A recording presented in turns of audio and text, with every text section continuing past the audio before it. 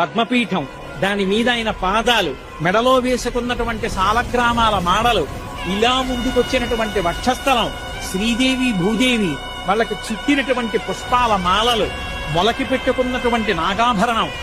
ఆ పైన ఈ చేత్తో పట్టుకున్నటువంటి చక్రం, ఈ చేత్తో పట్టుకున్నటువంటి శంఖం, ఇలా చూపిస్తున్నటువంటి వరదహస్తం, దాని నిండా వజ్రాల తాపడం, ఇందరికీ అభయం ములిచ్చు చేయి కందువకో మంచి బంగారు చేయి అని అన్నమయ్య పొంగిపోయినటువంటి ఆ చెయ్యి, సున్నా చుట్టినట్టున్న చిన్న చిరునవ్వు నవ్వుతున్నటువంటి చిన్న గుంటటి మూతి, దాని కింద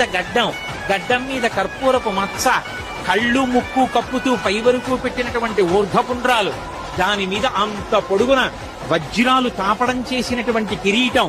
ఈ చేతి నుంచి అలా కిరీటం నుంచి ఇలా దిగినటువంటి పెద్ద తోమాల, ఆ స్వామి దివ్యమంగళ విగ్రహాన్ని పైనుంచి కిందకి, కింద నుంచి పైకి చూసి పరమ సంతోషాన్ని పొందాడు.